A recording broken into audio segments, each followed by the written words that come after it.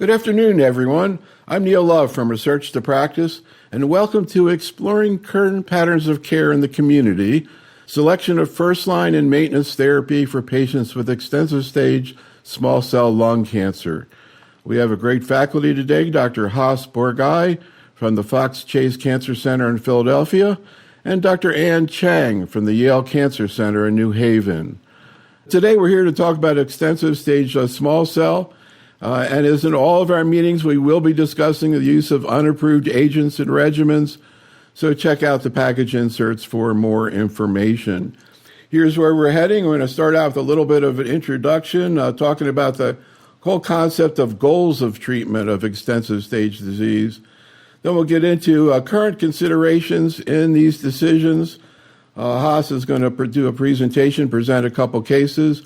Then we're going to show you some of the survey results from 50 general medical oncologists that we surveyed over the last couple weeks. And then we'll come back and Anne will do a presentation on what to look for in the future, ongoing trials, and also present a couple of patients. And as I mentioned, we just did this survey on 50 community-based general medical oncologists, and we'll share the results as we go along. But I just want to take a breath and talk about something we actually talked about in the first webinar in this series. And that is something that comes up all the time when meeting with a patient with cancer who's going to be treated, which is what are the goals of treatment?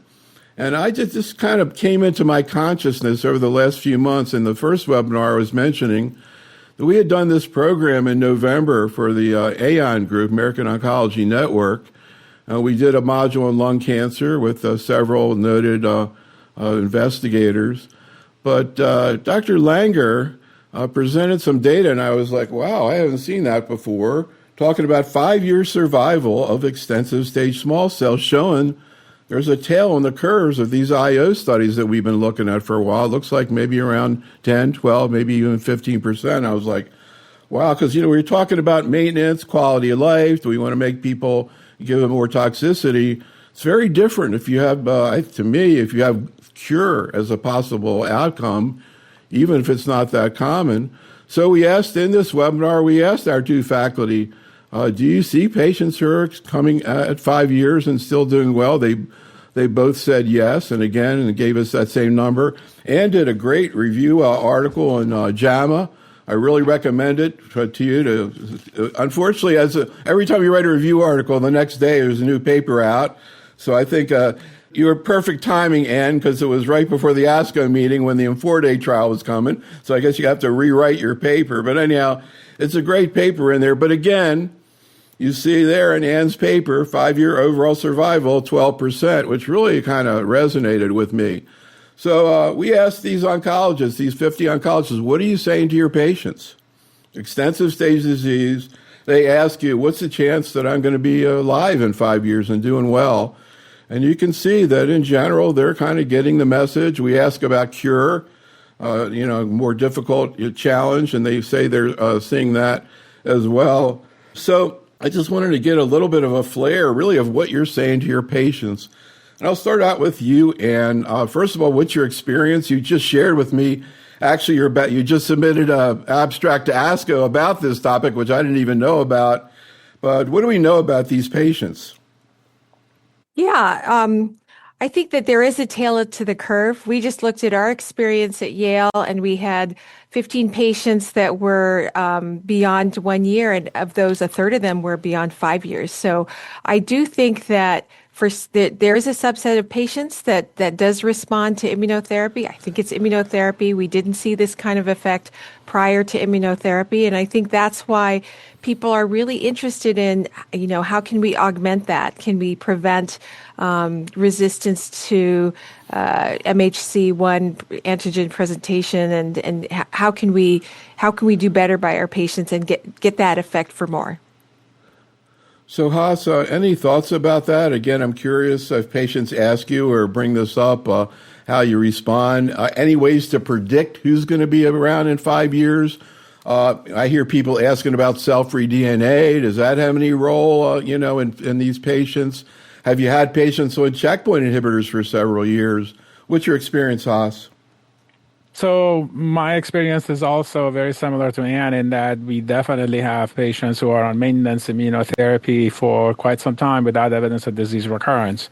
So they are technically on active treatment, but on a single agent maintenance IO and with good disease control. So I'm very happy to see that. So I can tell you that I think we are replicating what we are seeing in the clinical trials. Now, I don't have the exact numbers from my center, so I can't promise you that it is to 12 to 15%, but we're definitely close to it. Unfortunately, we have not been able to develop a biomarker or a selection criteria to decide who is going to have that prolonged survival and better survival. And it is something that a number of groups, including Dr. Chiang's group at Yale, has been working on to try to help us identify who are the patients who have a better chance of having this long-term benefit. The cell-free DNA and other plasma blood-based assays are very popular, but I think at this point they're all considered to be investigational as opposed to ready for prime time and being incorporated into clinical practice. But the hope is that in the next 3 to 5 years, we will have additional tools to help us select patients who would most benefit from these kinds of approaches. Just really an amazing clinical situation. It's hard to think of another situation in oncology where the median survival of the total group is about 13 months. Devastating disease. And yet here you have these patients who have this long-term benefit. To me, it just colors also how aggressive you are in taking care of patients. We don't want to, if you know for sure there's no chance of cure, then palliation is much higher up on your, but now you got to take into consideration, I think, this issue. I'm just curious if anybody in the chat room has seen patients. Actually, I got an email from a doc, from Dr. Khatri, Jamil Khatri. I didn't know where there's a Newark, Delaware, as well as Newark, New Jersey, but anyhow, this is where the University of Delaware is, I found out. So he was saying he actually brought up this issue. He said he's seeing patients who are making it 5 years, and he wants to know about whether or not if they're still in treatment. I mean, I don't know if you keep treatment going for 5 years. And are you generally using indefinite treatment in patients, or do you stop after a couple years? Any thoughts? Yeah, I mean, the initial trials were until progression or toxicity. I've had really good luck with these patients that continuing therapy. I mean, typically, I had one patient who is on, for example, atezo for 3 years, and then we finally stopped it because she had COVID and had some other issues, and she's been out another 2 years and has done well. I think that if they've tolerated the therapy for that long, it's really hard to stop, especially if they're doing well. So I want to thank Dr. Khatri. He tells me that he actually started listening to our stuff when we were doing cassette tapes where you had to rewind it, and now he says he spends about an hour every night watching our videos after he gets into bed at night. I guess it's maybe soporific. I don't know. But anyhow. All right, let's get into some data here. And of course, we saw the Inforte study last year at ASCO and very quick FDA approval. Haas, can you talk a little bit about what we know right now about first-line maintenance therapy? Sure, I'd be glad to. So this is where the standard of care has been, right? We've had 2 studies, large randomized global studies, Empower 133 and Caspian, with different checkpoint inhibitors added to the platinum etoposide backbone. And they both have shown a median survival around 12 to 13 months, as we have talked about. So this was the initial presentation. And almost overnight, the practice changed, and we all started incorporating the checkpoint inhibitors into our everyday practice. The good thing about this was that the IO was added with the first cycle of the chemotherapy. And these are some of the long-term survival data that we've been able to generate. And as you were just referring to, if you see on the graph, there's definitely a curve, a tail to this survival curve. Again, it's unfortunately not a large patient population. We're talking about 12 to 15%. Nonetheless, as was pointed out by Anne and you, this is not something we used to see in the chemotherapy era. So this is wonderful to sort of have. However, However, I think our question has been, who are the patients who are at the tail of the curve, and how can we improve this? And some of the areas that, we're not going to discuss in the study tonight, like the subtypes of lung cancer or small cell lung cancer, might have something to do with this, but I think that's a future sort of discussion. There have been other positive studies, and these are just to be fair and balanced in the context of this program. We wanted to present this. And, what hasn't worked is, I think additional checkpoint inhibitors like TIGIT, unfortunately, has not been a positive here. And I think this is something that we have to bear in mind, that much like non-small cell lung cancer, we do have a little of an issue in terms of advancing this beyond what we have achieved. You refer to the IMforte study, just to be, again, transparent. I'm one of the co-investigators on the study, so we had the trial open at our center, and I'm one of the co-authors on the publications and abstracts. This was a simple study, 4 cycles of induction chemo plus a checkpoint inhibitor, in this case, atezo, and patients who were not progressing were then randomized to standard of care continuation of atezo versus atezo with lorlatinib at standard doses added to the regimen. So the clock sort of starts after the induction phase of the treatment. So what is lorlatinib? So lorlatinib was introduced, a few years ago to our standard practice. We know that it has approval to be used in sort of second, third line setting. It is a drug that works by inhibiting transcription in the tumors, and the schema here shows what we believe to be the mechanism of action of this drug, with inhibiting transcription factors. But also there's some early studies suggesting that it actually could have an immunomodulatory effect. So the rationale for combination of a checkpoint inhibitor plus lorlatinib was exactly that. The drug is active against small cell, so we get that sort of a cytotoxic effect, but at the same time, we seem to have immunomodulatory effects. So what happens if we bring these two together and sort of see what the outcome is? This is from the study that led to the approval of lorlatinib in the small cell, just to show everybody that the drug by itself does have clinical efficacy in small cell, more so in patients with chemosensitive disease, nonetheless a fairly good and well-tolerated drug in this setting. So what did IMforte show? It actually showed that both progression-free survival and overall survival in the analysis was in favor of using the sort of maintenance LORB plus atezolizumab, as shown by the blue curves on both of these curves. So on the left-hand side, we have the PFS curve, and you can see the blue line on top is the combination as opposed to the standard of care.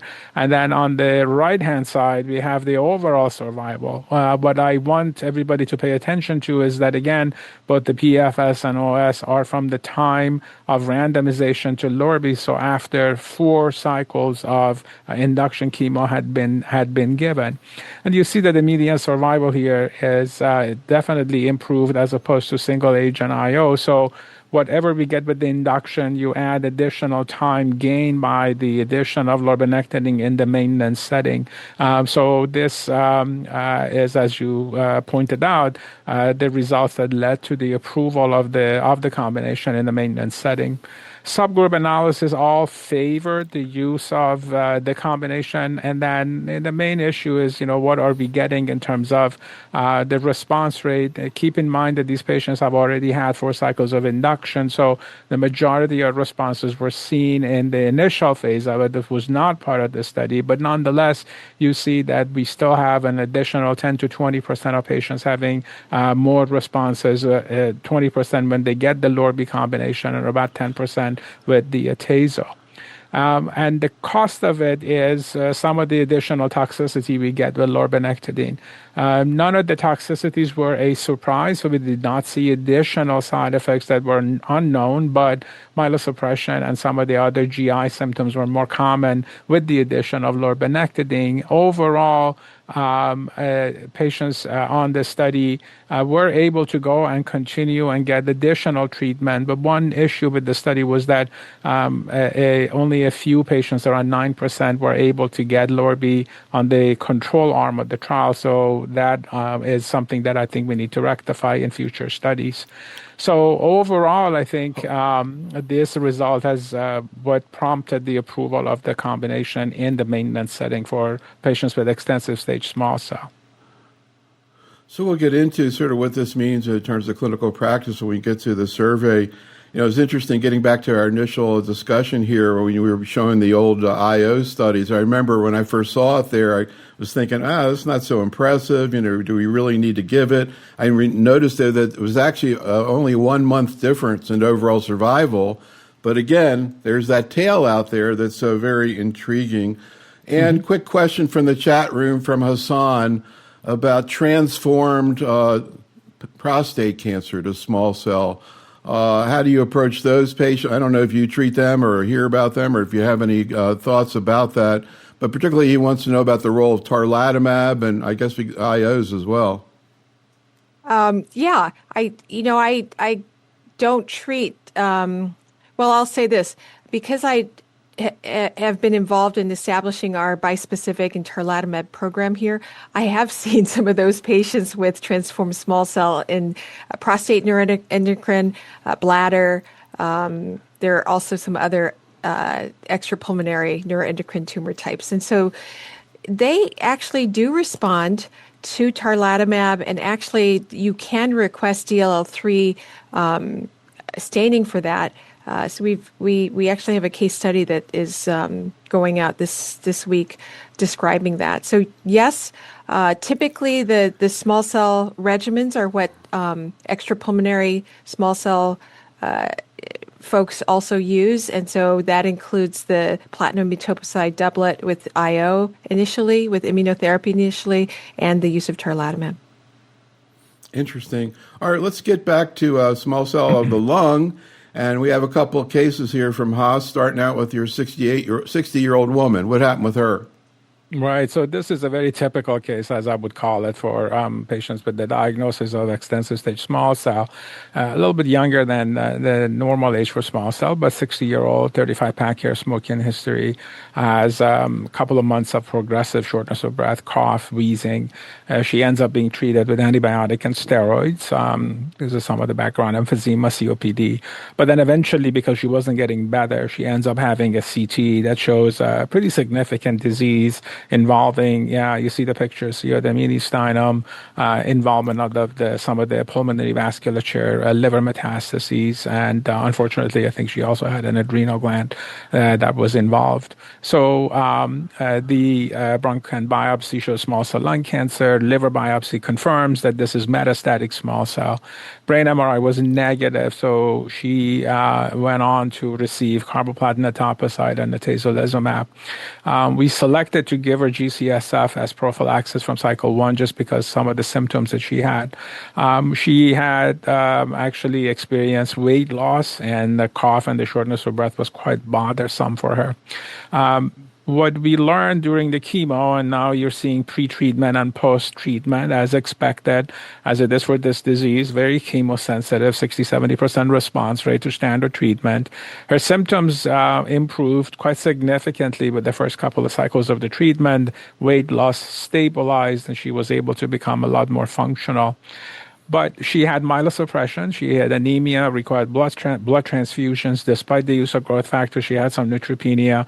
So when it came time to do the maintenance treatment, we decided to not to introduce lurbinectedin right from the get-go, although I had talked to her prior to initiation of maintenance that there's a possibility of adding another treatment.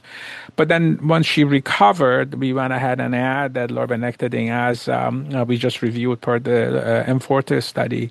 So it was added from cycle 2 of atezo, and she has been continuing on that. So she has had a total of 3 additional cycles with lurbi. CAT scans are still showing stable disease. So to me, this is an example of someone we followed the clinical trial data, and so far it's been successful, and we'll continue to monitor her. So before I ask Anne if she has any thoughts about this case, I'm curious about the discussion you had with her about the possibility of adding LIRB in maintenance therapy. What was her global sort of approach to this? Was she more concerned about toxicity, efficacy? Was she hoping that maybe she'd be in the 5-year group? So honestly, I did not talk to her about the 5-year group. I think we did discuss that there is a possibility of continuing maintenance as long as the disease is responding and she's tolerating it. But I did not introduce the idea of the possibility of 5-year survival simply because I have no way of knowing ahead of time how to select patients like that. But I did decide to talk to her about maintenance with the addition of Lorbi because I would like my patients to be a little bit better prepared from a frame of mind type of discussion, that there could be additional treatment that could introduce toxicities very similar to some of the toxicities we were experiencing with platinum and with the chemotherapy.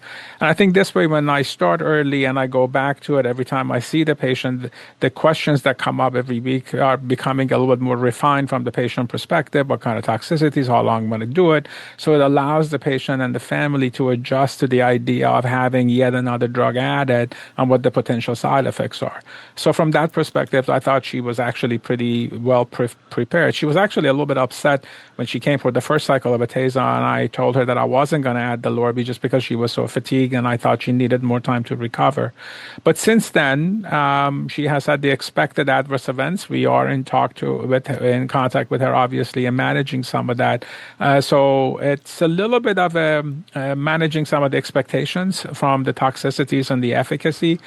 She was very worried about the side effects, but she was also pleased to hear that there was the potential for additional survival advantage with the addition of Lorbi. So I think she agreed to it from the point of view that, she's 60 years old, relatively young, and wanted to have as much opportunity as possible to sort of battle this disease. So that's how we approached the discussion with her. So in addition to showing you kind of how people treat patients, in this survey, we also asked people, are there any questions you'd like us to ask the faculty? And I don't have to tell you the most common question. I thought it was interesting the way most people framed it as, who are the patients you don't give Lurbi to? But as you were listening to Hossein present his case, in your mind, were you thinking this is the kind of patient's going to end up on Lurbi as well as a IO? I was on the fence, and I think what impressed me about that study was, number one, the attrition rate. So the number of patients that started induction, and then about 25% either didn't have the performance status 0-1 or didn't have the response to be randomized to the maintenance. And so for this patient, if she had fatigue, wasn't feeling very well, and needed more time for recovery, I could see that she might have been somebody where, if she was maybe 20 years older, also a little more frail, where I would have said, gee, I think let's just give you a chance to recover. There's potentially still benefit. We still have lurbinectedin that we can use in second line if we need it, but you need to get a little bit stronger first. So I think for this patient who's 60 and who wants to be as aggressive as possible, and it's, she had some fatigue, but probably still had the performance status, I think this was the right way to go.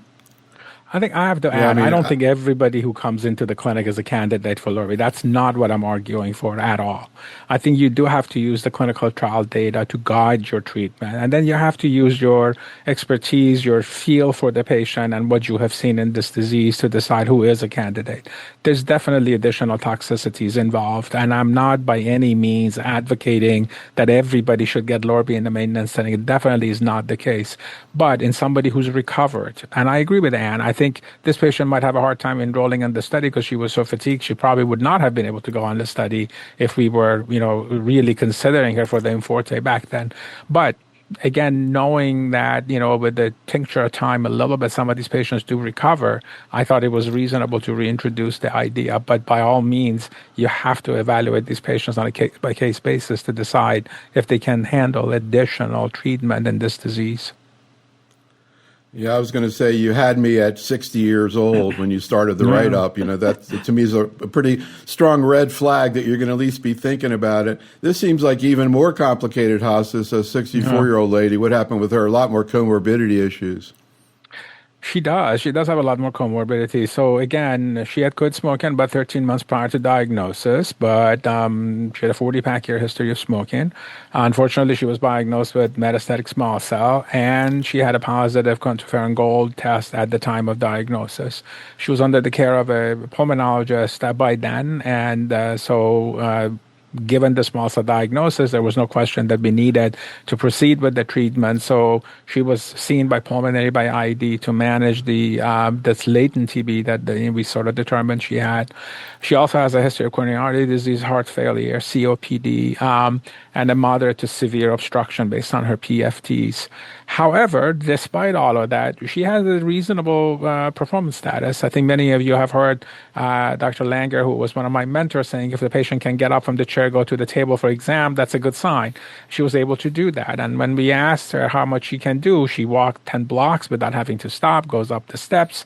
So she's doing all of her own ADL. So despite the comorbidity, she had a fairly good performance status. This is the disease that we were that we're dealing with. So from a small cell point of view, if you look at the nose, they're not as bulky as the first case that we saw, but definitely she had more disease, including, unfortunately, brain metastases at the time of initial diagnosis.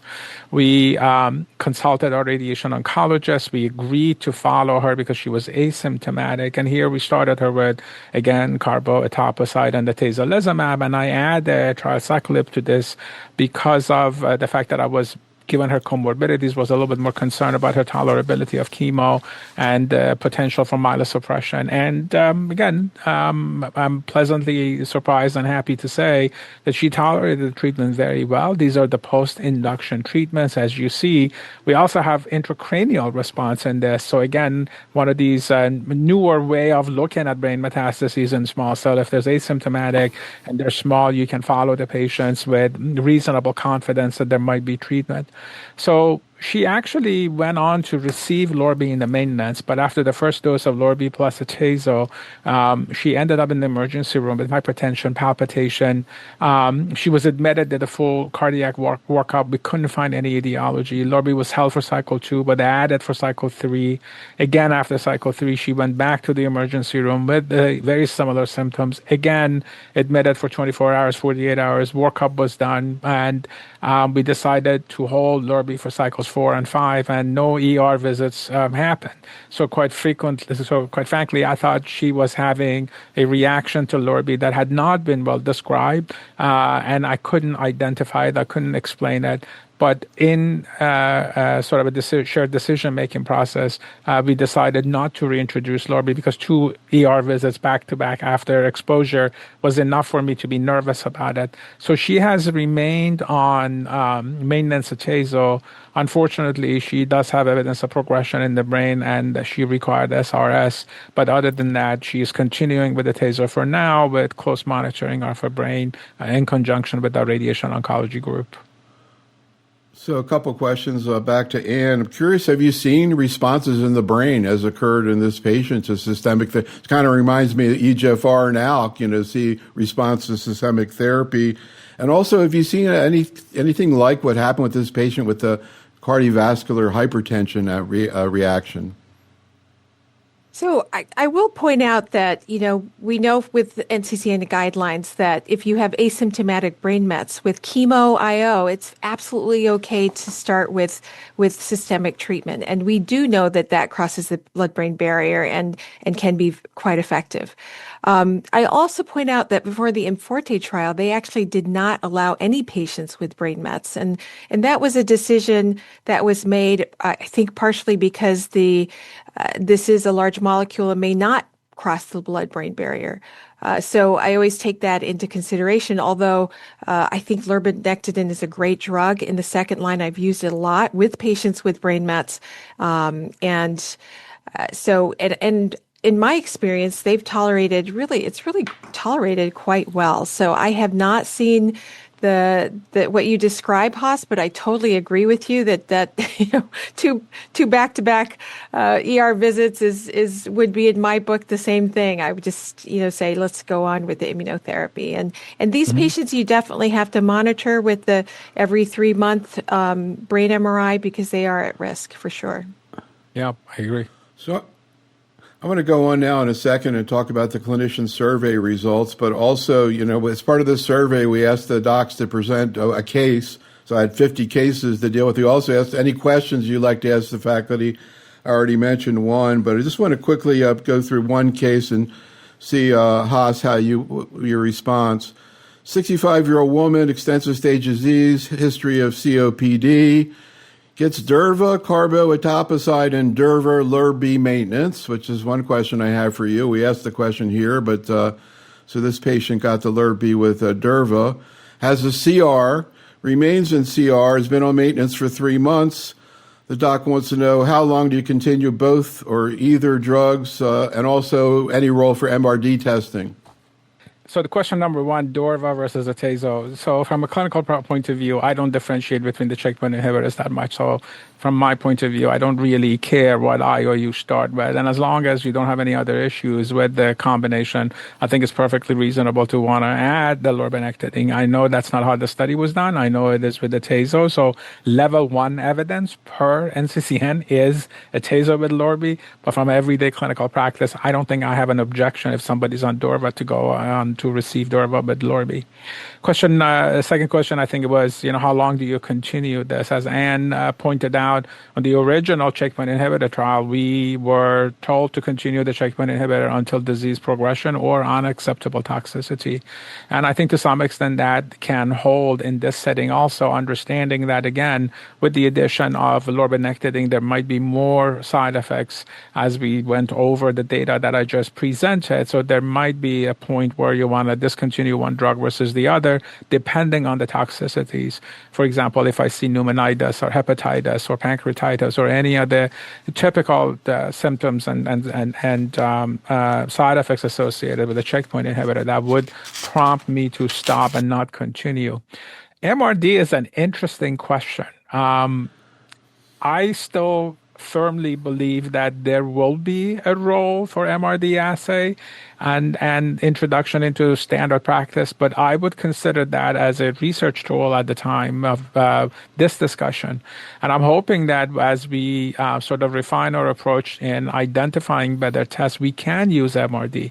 But I'm not willing to say that I will use an assay on an everyday clinical practice to decide whether someone should come off of a treatment or continue, because we just don't have that evidence. And quite frankly, I don't think I trust any of the MRD assays right now to the extent where I feel comfortable saying, based on the results of this test, you should or should not continue with treatment.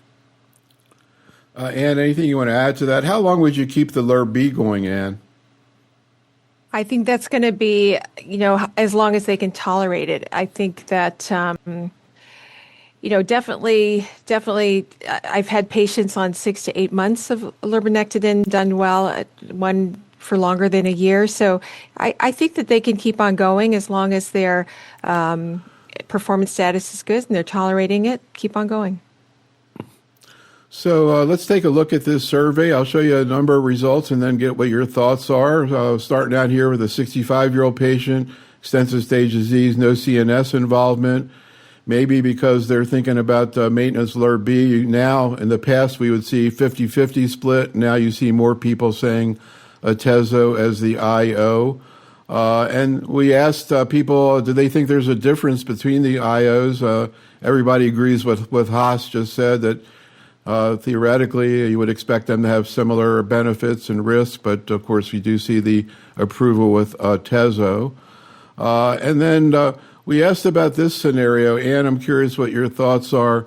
A patient who got platinum etoposide and radiation therapy with durvalumab consolidation 2 years previously, now with metastatic disease. And again, you see same first-line approaches, at least before we get to the maintenance story. 6 months, though, they say tarlatamab.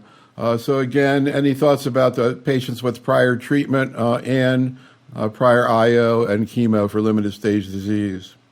Yeah, I think this is a great question that's really starting to come up. If a patient's been off of any therapy, the durvalumab finished it a year or 2 years ago, then I am number one, definitely going to rebiopsy that to make sure that it's recurrent small cell. But I would consider using the platinum doublet as a tool. I think that we have more tools than we did, but we still have a limited number of active tools for our patients. If it's 6 months or less, I would be thinking about tarlatamab. Anything you want to add to that, Haas? Oh, I'd like to emphasize, rebiopsying somebody who's been 2 years out from treatment just to make sure that you're dealing with the same disease. But I agree with Anne. Again, we don't have good data on this, but 6 months is sort of the cutoff we have landed on. If it's been less than 6 months, I think I switch agents. If it's 6 months or higher or longer, then I'm willing to reconsider and do the additional chemo IO in this patient population. So, of course, we asked about the issue of maintenance therapy. I thought the answers were kind of interesting here. So here we say the patient had a CR to atezo and chemotherapy. And actually, people are kind of split. More people saying they would use LIRB, but quite a few saying atezo alone. If we say the patient had a partial response, we see more people now thinking about LIRB. But we also said suppose they had a partial response, but they had to have multiple dose reductions, now less LIRB. And any thoughts? I think if you have a partial response, that used to be the situation where we might even think about giving another 2 cycles of chemo. So, this is switch chemo, but I think that the same concept that, boy, I'd really like to have a little bit more of a response. So I think that probably is why the LIRB atezo is higher in that population. So what about this situation? Actually, similar to one of your cases here, a patient who had asymptomatic brain metastasis as well as extensive systemic disease.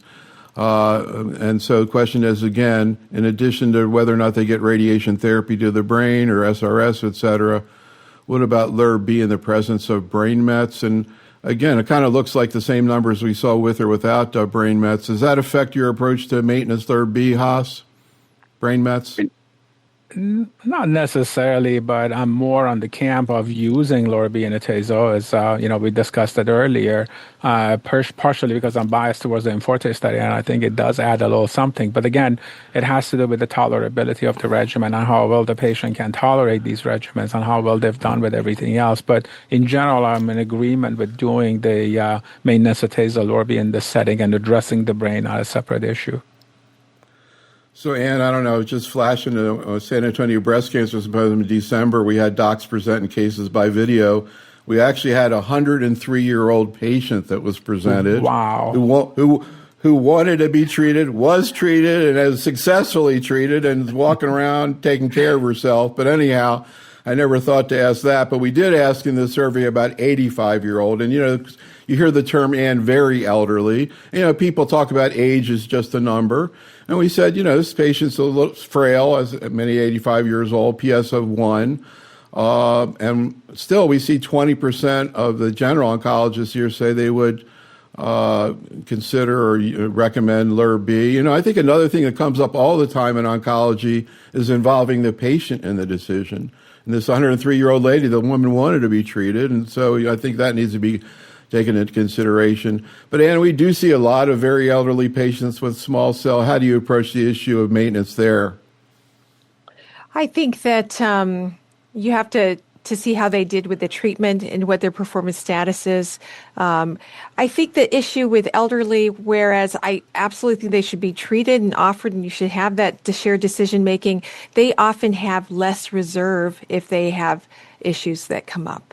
And so I would err on the side of being more conservative for that particular patient if they're really frail and giving immunotherapy and saying, we still have the option of doing using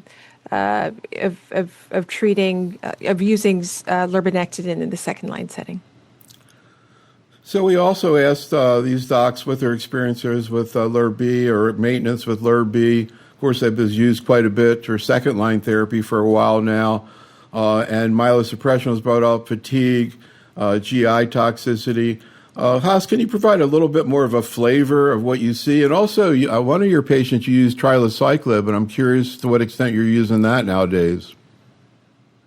So let me answer that question first. I'm beginning to introduce it more and more in my induction phase with my patients, just because carbetociclib, again, as everybody on the call knows, is associated with significant myelosuppression. It's one of the reasons where we have dose reductions and dose delays, and administration of chemo can be delayed because of this.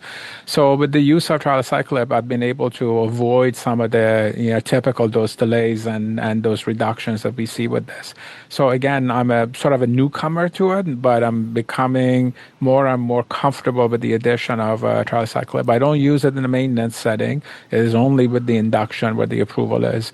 So I've been happy with that. If I don't use trilaciclib, I definitely use prophylactic G-CSF in patients with additional comorbidities. For example, the second case I presented with heart failure, COPD, and a number of other reasons. And again, a lot of the guidelines are in agreement and in alignment with frontline use of growth factors in this setting.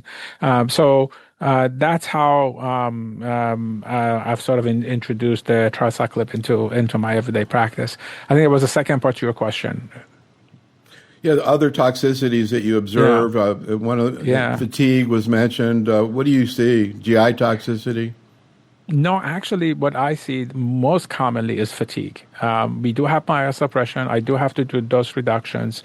That definitely is something that I see. But to me, I think the fatigue is more pronounced, and it might be actually a little bit more than what we saw in the actual clinical trial. So when you talk to patients, I think you get a sense that there's definitely additional fatigue that lasts a little bit longer in this patient population in the maintenance setting. So that's the one thing that has led me to wanting to hold the treatment for somebody who's had significant fatigue. So beyond that, and with the exception of the cardiovascular issue that I presented, I haven't really seen anything beyond and above what our colleagues have reported and what we saw in the clinical trials.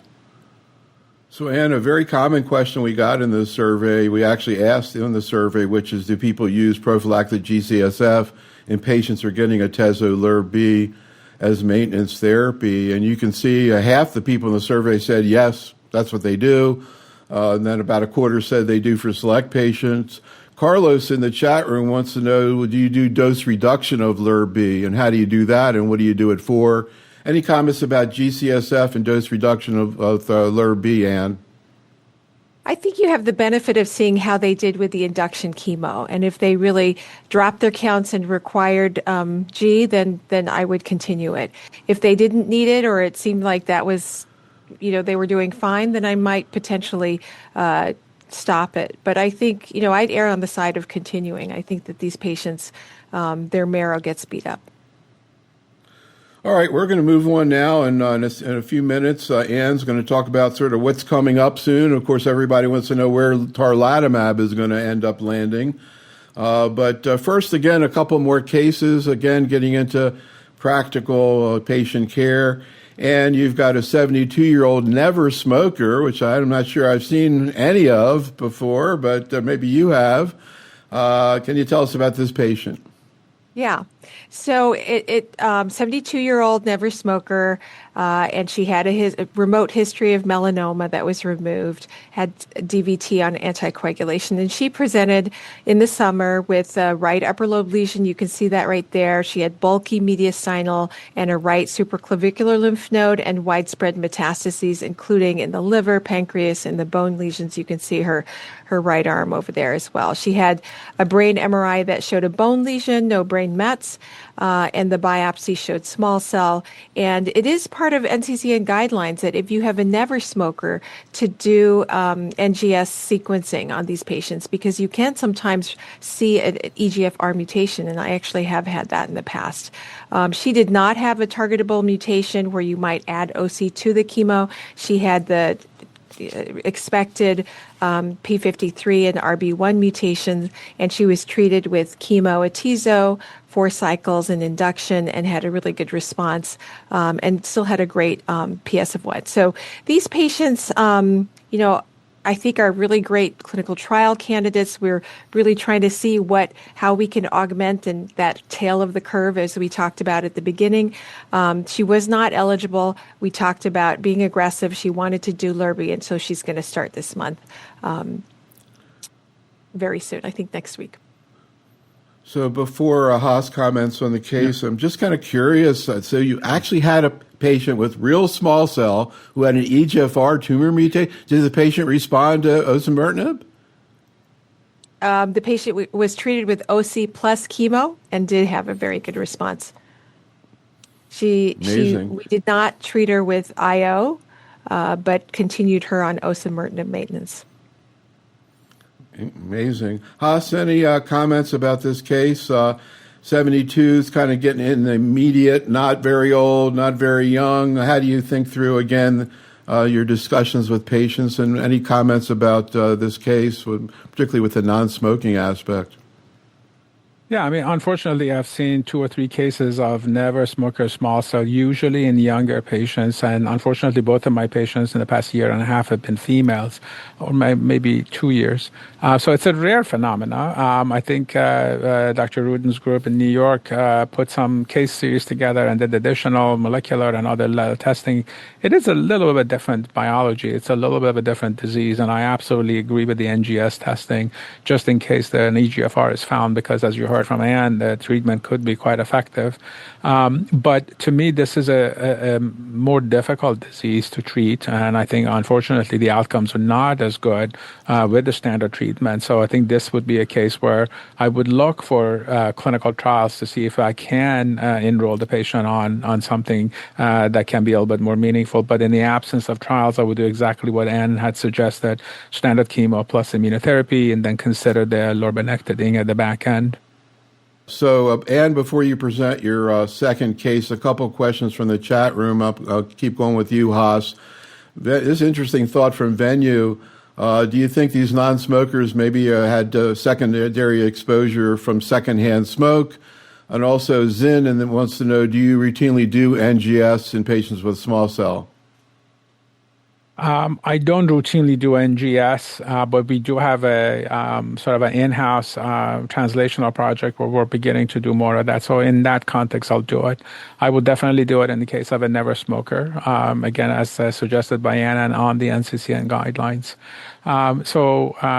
The difficulty is that, again, with the NGS testing, we're hoping that we can find additional trials or targets that allow us to offer the patient some sort of a clinical trial at the time of progression.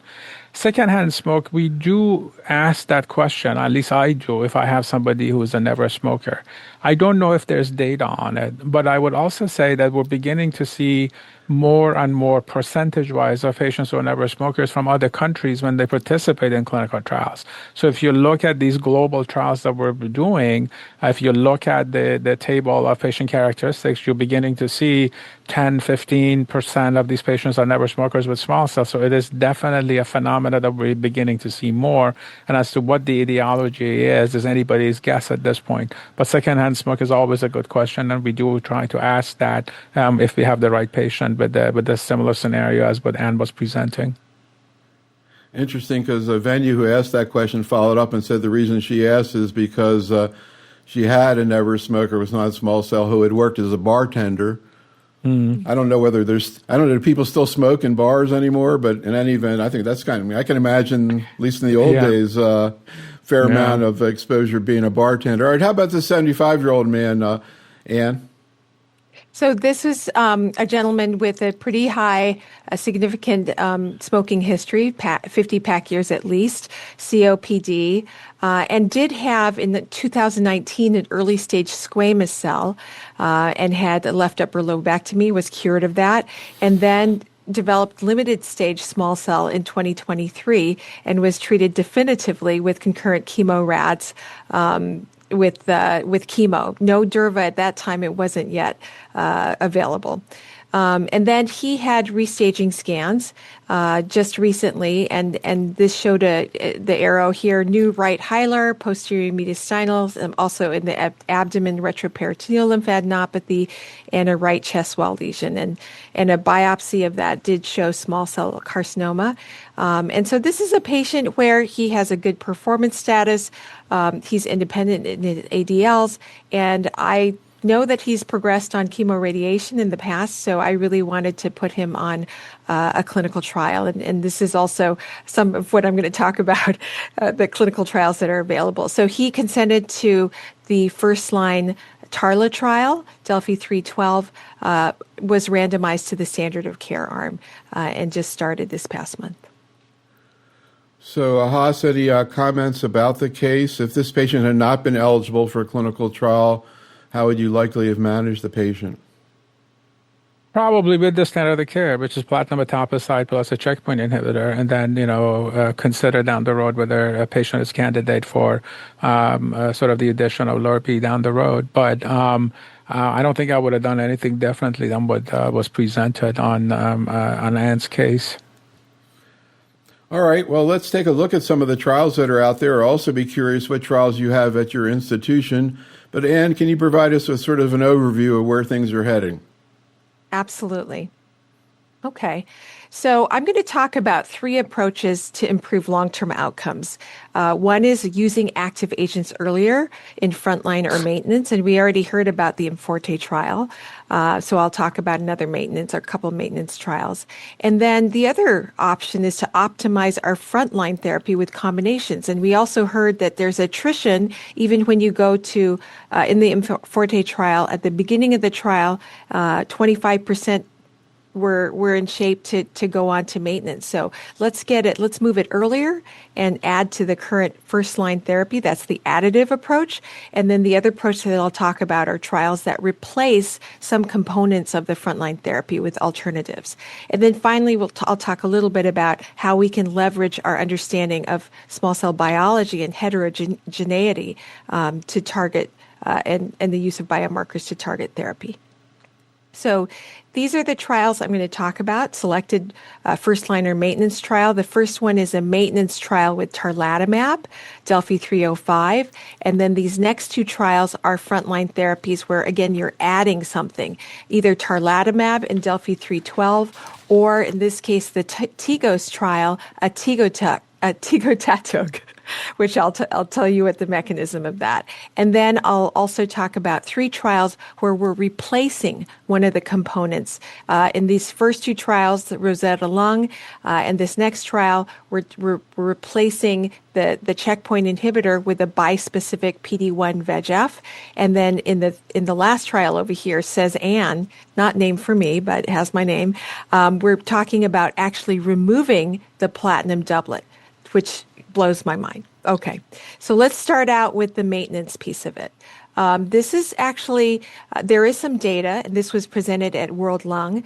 This is the phase 1B trial presented by Kelly Paulson, and they looked at, this is shown here, 88 patients, almost half of them had Tarla plus Atezo, and the other had Tarla plus Durva.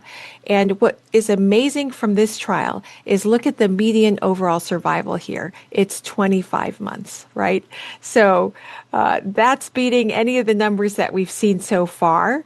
It was a manageable safety profile, and these findings support the ongoing phase 3 Delphi 305 maintenance study, which has already finished accrual. And so we'll know probably within the next year to 2 years what our maintenance strategy will be. And I suspect that it will be including tarlatamab.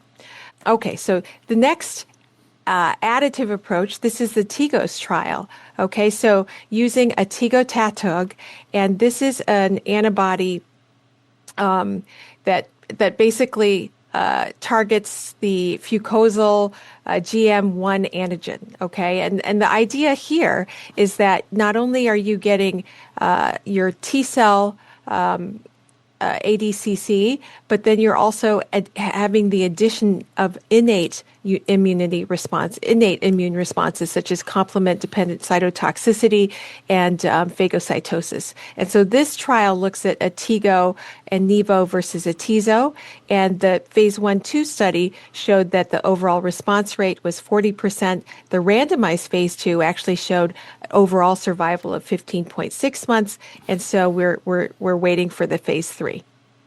Okay, so now let's talk about the replacement strategy. So replacing a checkpoint inhibitor with a bispecific that targets PD-L1, PD-1 axis as well as VEGF. This is the BioNTech compound, and you can see the overall response rates here, almost 90%, 80 to 90%, and they're deep responses that happen quickly. So that phase 3 is ongoing. And here's another option for that same approach, and it uses a different antibody that has, it's tetravalent, which each arm can engage both targets, and so that one is also ongoing. Okay, so the last one that I had talked about uses an antibody drug conjugate and is you can see this is the CES6 one, ADC, and the overall response rate was about 56%. But if you looked in the second line, it was 80%, and it was also effective against brain mets. So using this data, this phase 2 trial is going to randomize first-line patients to this ADC plus IO versus a platinum doublet. And so that's a platinum-free option for our patients. Amazing. Lastly, I will mention the trial that I'm actually national chair on. This is through the cooperative groups, and this takes patients, 800 some, and during induction, we're going to test the tissue for which subtype is the patient has and the Schlafen 11 status. And based on that, we're going to randomize the patient to a biomarker-directed therapy plus Durva versus Durva alone. So we're going to learn a lot from this, including it's the first trial testing subtypes, targeted therapy. It's going to be precision medicine, and hopefully tissue will no longer be the issue, and a lot of patients will have access to novel therapeutic combinations through the cooperative group networks. And I think that is my last slide. So lots to look forward to. That trial that you're running there with the biomarker approach, the PRISM study, is fascinating. Can you just comment a little bit more about the subtypes and what the difference is? Is there any phenotypic difference? I don't know that I certainly haven't seen very much about this. Can you kind of explain it to us? Right. So the short version is that the MD Anderson folks, Carl Gay and Lauren Byers, looked at the Empower 133 trial with atezo, and they did unsupervised analysis, and they saw 4 subtypes that came out, 3 of which were characterized by upregulation of transcriptional factors ASCL1, NeuroD1, and POU2F3, and the third one was like a triple negative. It didn't have those transcription factors overexpressed, but it did have inflammatory checkpoints. And what they found is that subtype I did the best with atezo, and that benefit, the overall survival of 18 months, went away in the placebo arm. So the idea here is that there are subtypes, and we can start to understand which ones do better. The subtype P actually it has a relatively poor prognosis. So there are differences there. I don't think I have time to get into all of us, but we definitely have a rationale for the treatments that we're choosing.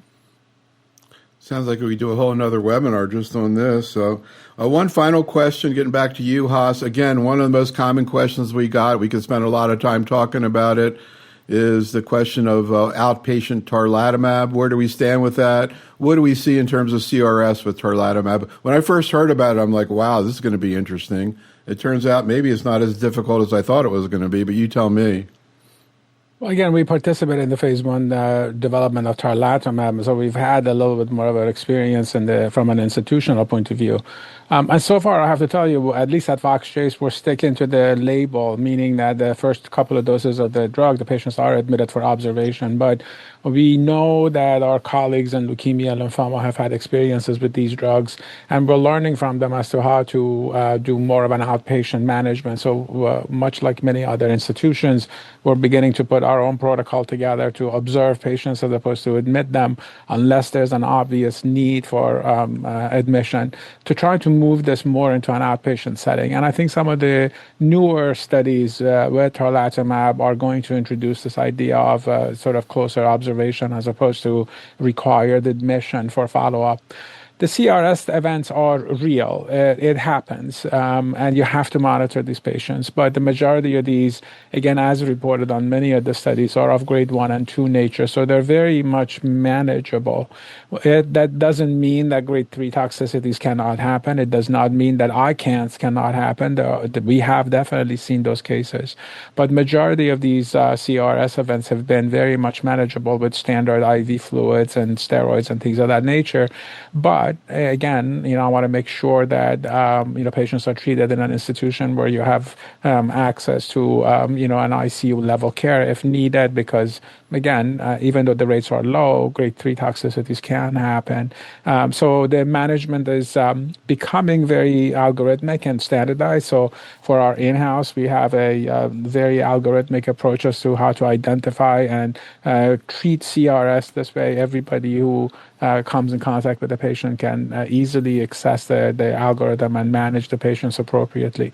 But again, I'm hoping that pretty soon we'll be able to manage most of these patients on an outpatient setting as opposed to the required hospitalization. So, of course, the good news is general medical oncologists already are deep into CD3 bispecifics and multiple myeloma and non-Hodgkin lymphoma. So we just sort of move this one. It sounds like maybe similar principles in many ways. So, Anne and Hoss, thank you so much for working with us today. Audience, thank you for attending. Be safe, stay well, and have a great night. Thanks so much, Anne. Thanks, Hoss. Great to work with you. Thank you.